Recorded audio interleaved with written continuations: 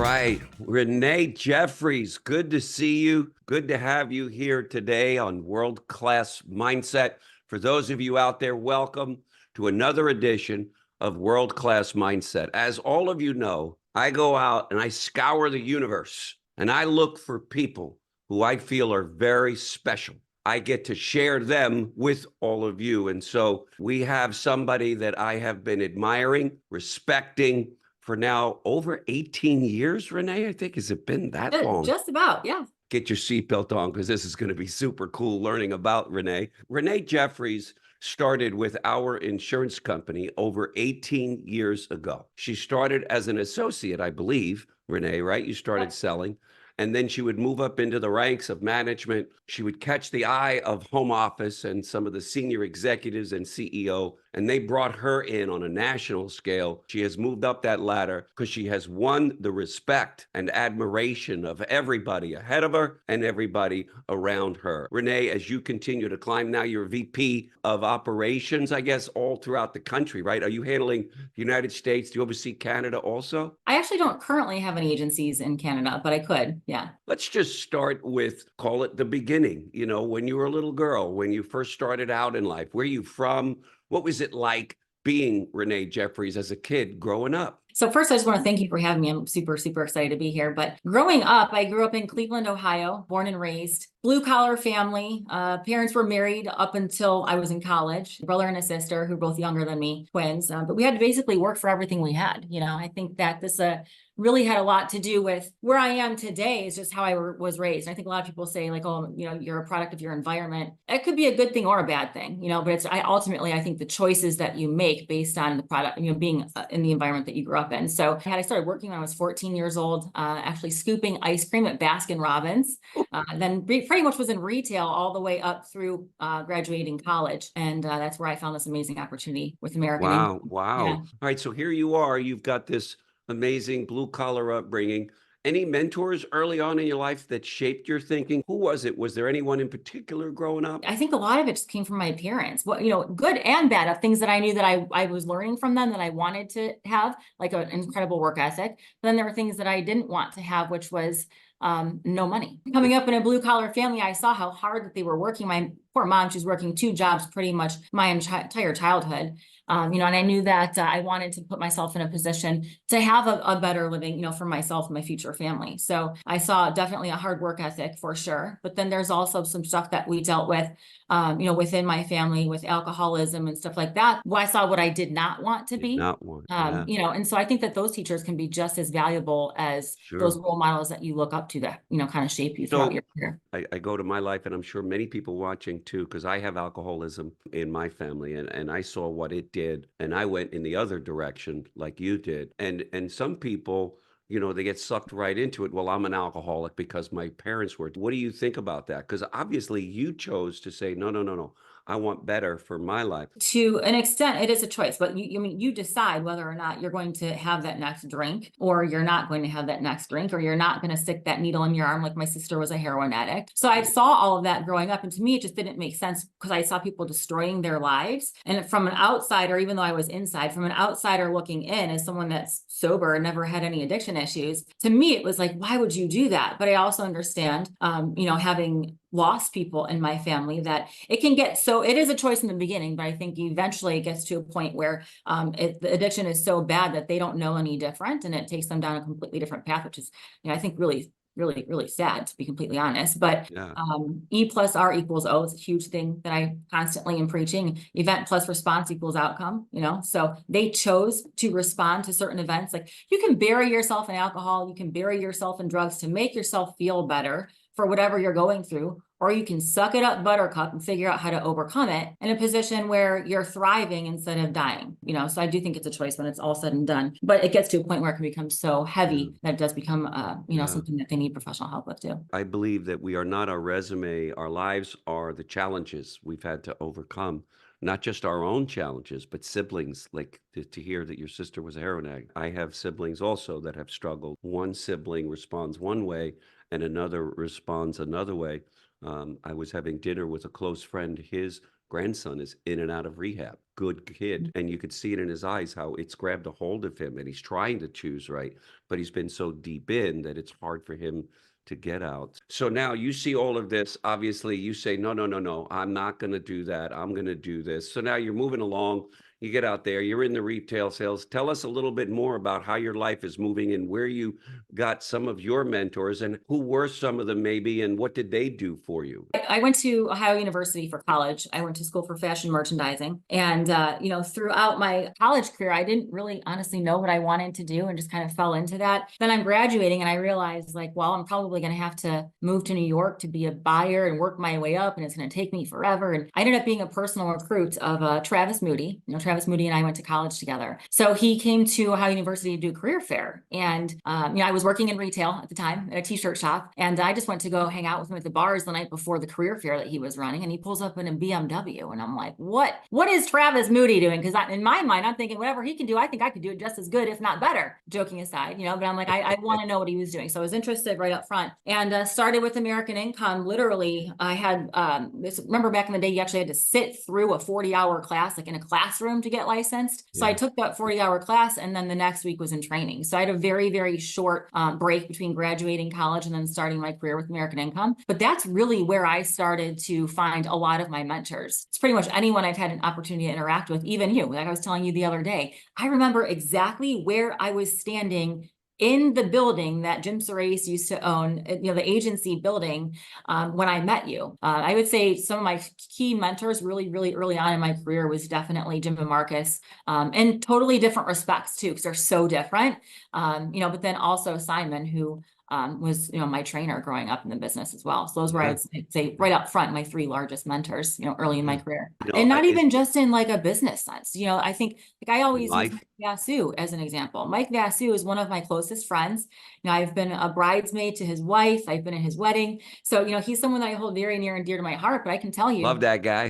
I love him, right? He's a great guy. He's been on here. He's awesome. The whole Vasu family, right? But early in my career, I was in a very abusive relationship. I all of a sudden start with American Income, and I'm hanging out with all of these young guys who are treating women right, and they're faithful, and they're just good human beings to their significant other. And I saw the way that Mike Vasu was treating his, at the time, girlfriend, who he eventually married. Honestly, it sounds really messed up to say this, but that was when the light bulbs went off in my head that I was in an abusive relationship. Like I obviously knew that getting spit in the face or getting pushed down a flight of stairs was not normal, but it's almost like, and I hate to say I fell victim to like, that's what I deserved, or I thought that's what because I knew that I deserved better than that. But when you're so young and it's your first love, and it just turns very like emotionally and physically violent, it was abusive, you almost don't understand that you're even in it as deep as you're in it until you see from the outside looking in. Like I saw with, Vasu, the way he was treating his girlfriend. And I'm like, wow, I deserve so much better. So even like from a relationship standpoint, personally, I found some really, really strong mentors, but they all really honestly stem from American. Yeah, I love that you're going way outside, that you're going into the personal arenas, because I think that's where it all starts.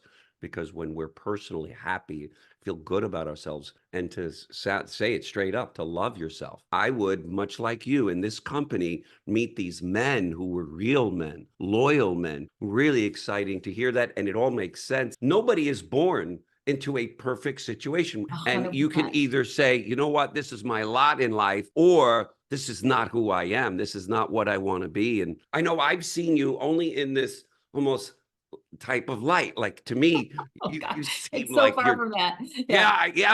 But this is what Instagram and Facebook and we put on these masks, right? We go about because we have to survive. And I just thank God, like you, that I found people like you found Mike Vasu and others. And so for those who are watching, when you feel, or if you feel maybe lost a little bit, you're not sure, you're in a bad situation, I love what we all just heard from Renee. She looked at other couples and said, wait a minute, this dude is a class act. There are good men out there. Your life began to take a real positive road when you found people at our company. Renee, talk a little bit more now about some of the adversities that you've had to overcome on this road up. I don't know if you've had them in your career, but if you could share maybe one or two of those and how you did that, how you overcame. How much time do we have? As much time as you want, sweetheart. Okay. So, and this is actually one of my favorite things to talk about because of the adversities that I did face, especially early on in my career, and how it shaped me to be who I am today. And, I gotta tell you first and foremost, like if there's one thing I would change about my story that I'm going to tell you, but in general, and it was something that isn't, you can't change. It was a death, right? I can't bring someone back from the dead. But other than, that one experience, if I could bring that person back, I would. But the rest of my entire adverse situations, especially that I dealt with super early on, I wouldn't change them for the world because it made me who I am today. And I don't think that I would be in a position to have the mindset to be able to help impact other people, even having the opportunity, to have this voice through your podcast, which maybe if this story can reach one person and helps change one person's thought process or life, like mission accomplished for me. So early on in my career, within my first 3 months, I started in March of 2006. I was straight out of college. I had literally no idea what I was doing. I told Travis that, the guy that brought me into the business, I said, I don't want to work nights or weekends. He's like, perfect. We got the perfect opportunity for you. I'm like, cool. Which actually, obviously, all joking aside, is complete opposite of what we used to do. But I saw the income potential there. And early on, to be completely honest with you, it was a very selfish motivation. I just wanted to make a lot of money because I came from no money. And, growing up, it was like, gosh, if we got McDonald's on a Saturday morning for breakfast, that was a big deal. I had like a rotating 7 shirts that I would wear to, or 5 shirts that I would wear to school every week. Like we didn't have much growing up. So early on in my career, my motivation was money. And I don't think there's anything wrong with saying that because money helps you get to other avenues, right? But anyway, back to the adverse situation. So my first 3 months, I'm super focused on just figuring out how to be as coachable as possible, listen to my leadership and my guidance that I'm getting from all my mentors early on in the business. And then I just get hit with one thing after another. And by June of 06 is the timeline of all this stuff happening that I'm going to tell you. So first, my father, he is the one that was an alcoholic. He is sober now, but he was pretty severe at that time where he was literally getting pulled over every time he pulled out of his driveway. And every time he pulled out of his driveway, he was drunk. So he was going into jail and to a holding cell and having grand mal seizures because of alcohol withdrawal. His alcoholism was so bad that he couldn't even last the 12 hours or however long he was in the holding cell. So then he was ending up in the hospital. So I had that going on that we're dealing with, not really even knowing if my father was going to be alive much longer. Wow. How old are you at this point, Renee? How old are I you? was 21, almost 22, fresh out of college. And I was a little bit younger too. I graduated college a little bit early. I had mentioned this, early on, is that I was in an abusive relationship. I was off and on with this guy for 8 years. So all through high school, all through college, it turned very emotionally and physically abusive. And I like I said, I didn't really totally understand at that time how bad things were. It was just like I was in it and it was happening. So that was obviously not healthy. My sister's a heroin addict, and we had just started finding this out. She was missing. Like she would literally just go missing. And it was because she was getting arrested and thrown in jail or into court-ordered rehab. And then my mother and I didn't have a super strong relationship at that point, where our relationship was kind of strained. There was just a ton going on. And I'm kind of like, my parents had gotten divorced when I was in college. I remember where I was walking to, which class I was walking to, when they called me to tell me that they were getting a divorce. And, there's some fuzzy areas that I can't totally recall the details, but I just remember being upset that it was told to me over a phone. It was like, right when I moved away to college. And so I kind of had some resentment there that they had gotten a divorce. And part of it was my dad's alcoholism, but then my mom was drinking a lot. And it was socially, but in my eyes, I'm like, okay, well, same reason why you divorced dad is now, and maybe her issues weren't actually alcoholism, but that's how I was interpreting it. I was very emotional. And then, the worst of it all was that my brother committed suicide. He turned 20 on June 6th.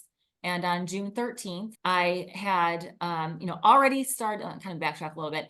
I had broken up with my boyfriend. So I moved out of the house with him and was living back with my mom at this point. Everyone kind of takes a step back sometimes, right? So I had fallen back into listening and hearing my ex-boyfriend out. So I ended up staying at his house one night, and I wake up to text messages from my mom that says, don't go home to her house where I was staying. She said, it's not good, or something like that. So it's like, telling a kid not to touch a hot stove. That's like immediately what they want to do. So I went home to my mom's house, and I went inside and I went up to my brother's room, and I just sat on the corner of the bed, and I was trying to process what had happened. And I don't really remember what happened between that and then next thing I know, I'm at the hospital. He didn't actually die right away. This was the next morning though. So he had been on life support over the course of the night. So I got to the hospital before he passed away. I remember specifically, I got there pretty much like just in time for the doctor. This is the first time I see my mother and my father in the same room since they got divorced. I saw the doctor look at his watch, look back up at a clock on the wall, look back down at his watch and declare my brother's time of death. All of this was happening within my first couple of months where I felt like I was being tested. And I just kept telling myself, like, what doesn't kill you makes you stronger. What doesn't kill you makes you cry. Like, God wouldn't give you anything that you can't handle. Like, you can get through this. I kept telling myself, like, I feel like I'm being tested and I can either allow all of this, which, sometimes people will decide like they stub their toe and all of a sudden they got to like take off a week or quit because it's not a good opportunity for them because their car broke down or something that's really not like life altering. And I had all of these things going on and I'm like, I'm not going to allow any of these situations ruin my opportunity with this company and potentially to be able to make a difference and have a louder voice and be able to help other people. Wow. So I made the decision to allow all of these adverse situations to make me. So my whole thing is like adversity can either make you or break you, but it's up to you to decide. Are you going to allow it to make you or are you going to allow it to break you? And I just was internally so self-motivated to know, like, I felt like I was being tested because I was scared to wake up some days. I'm like, I don't know what's going to happen. When I wake up tomorrow morning, like, I'm scared to look at my phone. I don't know who's going to be texting me with something else terrible. Like, it was just Fear. one thing after another Fear. I was getting hit with within just 3 months. And on top of that, not to mention, I'm trying to start a brand new career, not really understanding what I was getting myself into. Fast forward 18 years, I'm still here and thank God, but I just think like, what would have happened to me if I would have walked away because of any of those situations that I went through? It's so important to me. I think, now I'm able to, I talk about, suicide awareness and I don't want to be one of those annoying people who are constantly asking for money on Facebook or anything like that. But I will one time a year on the day that my brother died, put out a very emotional and personal message. And maybe I'll never know, but maybe it'll help change one person's perspective to not end their life today, or it allows someone to be kinder to that next person. And so I think that there's so many channels now that I'm able to help, whether it's from a business sense of just talking about adversity, or if it's, suicide awareness or people who have addiction issues. My sister is beautiful and healthy, and she's been so sober for so long. I couldn't have asked for anything better. But if I didn't go through all that, I would be sitting here saying, oh, life is great. Amen. I had a great life. Amen, And then Renee. when things do get hard, I think it's a lot harder to overcome those adverse situations. Sure. The longer that you go throughout life with things Yeah. being perfect. So, when I say that I wouldn't change any of those situations, I really, really mean that. Like I wouldn't, other than if my brother could be alive, that would be the one thing that I would change. And he can't. So now I'm going to take it and I'm going to still keep him alive by talking about his situation and how it's okay to not be okay. It's just not okay to not do anything about it. And so if that message alone can help someone, I'm not trying to boost my own ego here, but I had someone tell me last week, There you go. you jumped on a workshop and you talked about stuff that you went through early on in your career. And I'll be honest with you, I was planning on quitting that day and I didn't quit because of that message. And this person has now been here for 5 or 6, 7 years now. And I'm like, wow, that's crazy. Because I don't Wow. even remember what workshop she's talking Wow. about. Like, I Wow. can't recall that specific time that I had the opportunity to speak to that agency, the details of it. Sure. So, I think that adversity is an incredible thing. And I look at adversity as an opportunity and I welcome it.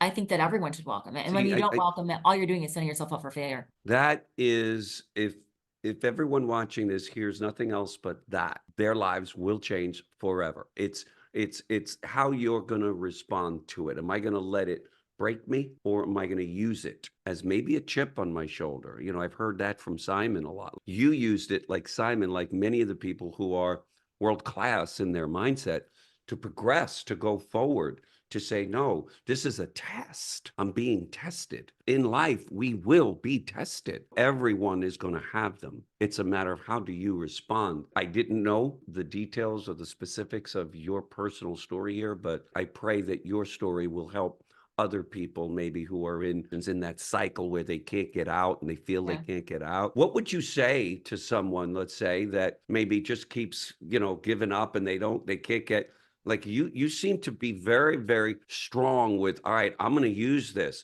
Has that always been for you even at that moment? Was it born at Yeah, that I moment? think growing up, my brother and my sister are, well, my sister is about 2 years younger than me. So we were close enough in age. And, the two of them, they're twins. I don't want to say it was like it was them against me, but like there was always this competitive, like I had to make sure that I was showing my little brother and sister how to do things the right way. But then there was like this competition between us, like the twins against me, Sure. kind of. Yeah. So I think, be early on, just having that competition internally, in our family kind of help push me along. But then, I don't know. I think that I just look at how I was raised and I wouldn't change it for the world. My parents did the absolute best that they could for us. Yes. But Amen. I was pulling up some old high school pictures for my 20-year high school reunion last year. And there you have like senior day. I was a cheerleader in high school. And for senior day, your parents are supposed to walk out, and they take pictures with you and you're holding flowers and stuff. I was a cheerleader for football and basketball, but for the football senior day, my mom couldn't make it because she was working. My dad couldn't make it because he was working.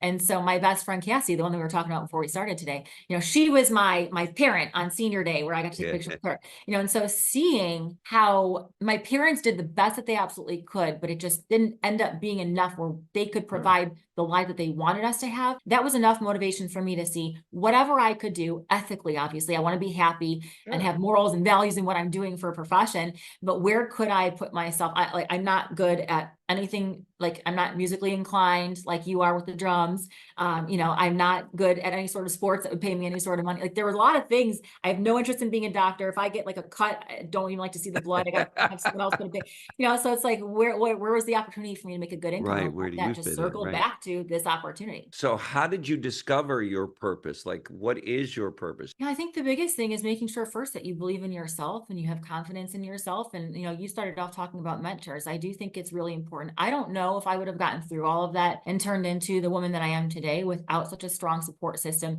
And eventually, obviously, things improved. Like I have a very healthy relationship with my mother now. My father and I communicate. At one point, we weren't talking at all. Marcus had some similar backgrounds with his family. Yep. And so he just took to me very quickly and was like, I want you to see a counselor. And I was doing things more to like appease him. And I was like, okay, he's asking me to do this. I'm going to follow his lead. He knows that I'm going to You probably be like, respected him enough that I got to follow him. yeah, Right. I'm going to do whatever he says, kind of guiding me to make sure that I wasn't going to go off the deep end. But I think a lot of it, did turn into just self-motivation, seeing everything better on me, knowing I didn't want to end up just another product of the environment, that my Sure. product of the environment is I was able to turn it around. So I think the biggest thing to encourage people to do is make sure that you are reaching out and that you do have a support Yes. system. If you don't have Yes. a support system, find a support system because we're Yes. all here for each Yeah. other, whether it's in business or, and Amen. Takes a personally. village, baby. Yep. But I also think that people don't need to be ashamed about having adversity or going through a tough time. If they can find the right person to mentor them and get them out of it, like I wouldn't change anything for the world, but I also don't know if I could have gotten through all of that without the mentors that I had, Amen. especially early on in the business. The day that my brother died, I wrote business. I went out in the field and I wrote 3,000 that day. I was the top producer that week. And then Marcus asked me to get in front of the agency and talk about it. And I'm like, I don't even know if I'm in the headspace to do that. Oh, yeah. Every house I went Wow. into, I cried Yes. that day. They probably thought I was either lying or crazy, and so I'm getting into these homes and I'm like, my thought process was like, from a business perspective, I'm like, if something happens to anyone that I have on my schedule today, any of these appointments, I didn't get out to their house and then that, to protect them and their family or show them how to do that. And then something happens, let's just say Joe, the husband or wife, doesn't matter. They leave for work the next day and they die in a car accident. That's my fault. You Now, felt obviously right. that's not, but that's the pressure that I put on Love myself. that. And it put Love a that. whole extra level of belief Love in that. what we Love do. that. Where does that come from? Like your ambition, like what is your vision, Renee? What do you see in the future for not just yourself, but for others and for people that you're serving in the future? I've been with the company for so long at this point where I'm starting to notice, I always make sure I don't forget where I came from because I think that's really, really important. I'm always staying humble. I don't forget what it's like to blank in the field. I don't forget what it's like to not get a paycheck. And I make sure that I'm constantly reminding myself of that because I never want to become Love that. irrelevant. And I think it's important for us as leaders to look at how can I help these new people coming in, if we're talking professionally, where I have found I've been able to make a difference accidentally. I wasn't necessarily trying to do this, but it's kind of turned into part of my vision now, is just having a larger impact, not just on at all agents, but specifically with women. And I hate to say this, it's very weird and cringy for me to say this, but just to prove a point here is, I'm the first female vice president of field operations that the company ever had. I literally didn't know what I wanted to do and thought I was going to go be a buyer in New York when I graduated and started working here. Like I had no clue what I was doing. And I don't want to say that I wasn't confident in myself, but I barely understood that I was selling life insurance right up, in the beginning. Right. And so knowing that I have the opportunity to show other women across the company, from a brand new agent to a leader that's been around forever, that wherever you want to go, you can go. It doesn't matter if you're a man or a woman. I remember I was one of the only women in that office when I started. And now you look at just company wide, I think 50% plus Thank of our God. sales force Thank is God. actually, Yeah. it's women. Yeah. I'll be honest with you. I forget sometimes that I'm the only woman in the room. Like still now, if I'm in a VP meeting and it's just the VPs in there, Doesn't matter to all the you. way up to the CEO, I'm the only woman in the room. I forget sometimes. And so, but that's another big thing that I think it's important to a message to relay is, there's a lot of women who are like, oh, but we're women. And how can I, as a woman, do this? But it's like, why are we any different? You should still be able to do your job and have the success that you want to have as a woman, as a man can. You don't need to, it doesn't, there's not to me, it doesn't, I don't want that to be an excuse, and it should never be Yes. an excuse as to why a woman can't do X, Y, Z. I want to see you keep climbing. Why couldn't you be the CEO or president of this company? There's nothing that you or anybody can do if they set their mind to it. If that is, of course, something that you feel, maybe one day, who knows? Yeah. Again, My I goals know all how the way to the top. As high as I can get here. there's no limits for you, right? None, No. zero, zero. Let's wrap up a little bit on the fact that, what do you see in the future? What are the challenges? Let me put it that way, that you see for us first as a people here. I don't know, what are we, 10,000, 12,000 strong now at AIL? In today's day and age, so many people are looking to be able to microwave everything, take a quick minute or two and just poof, get results. It's more of like a slow cooker. Like things take time. You're not going to immediately be amazing at everything. And I think with the way that even social media ties into things at times, I think social media is an incredible, incredible thing for us to have, to be able to network, to be able to recruit, to be able to catch up with loved ones. I think social media has so many benefits,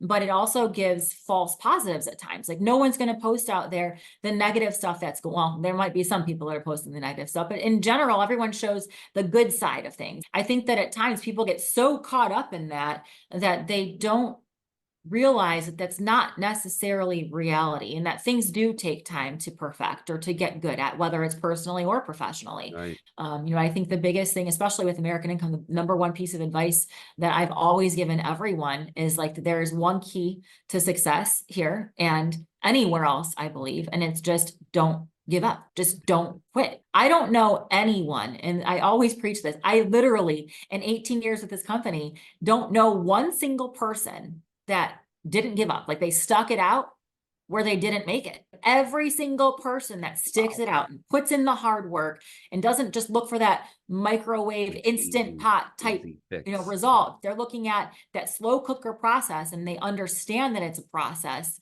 Too many people give up too soon. I think that's honestly a big challenge that we look at as a company perspective, and then also, on a personal level. Just Renee, don't give up, don't quit. I love your definition of slow cooker. You got to be a slow cooker. You can't look for instant success. Technically, the only challenge we face, I'm listening to you, is us and overcoming whatever we need to overcome, right? And Yeah. by the way, you said that's not just AIL, that's everything, right? The whole human race thing, right?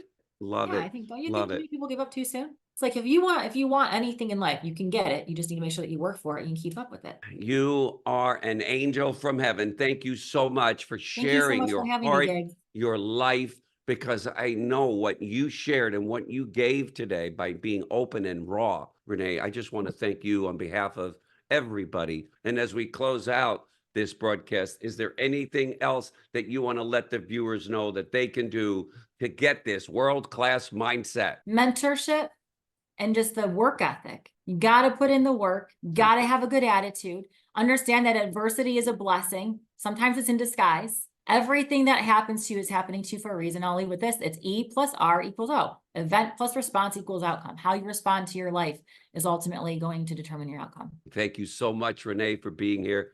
Blessings to Thanks, you, your Gigs. whole family. Good I stuff. appreciate you.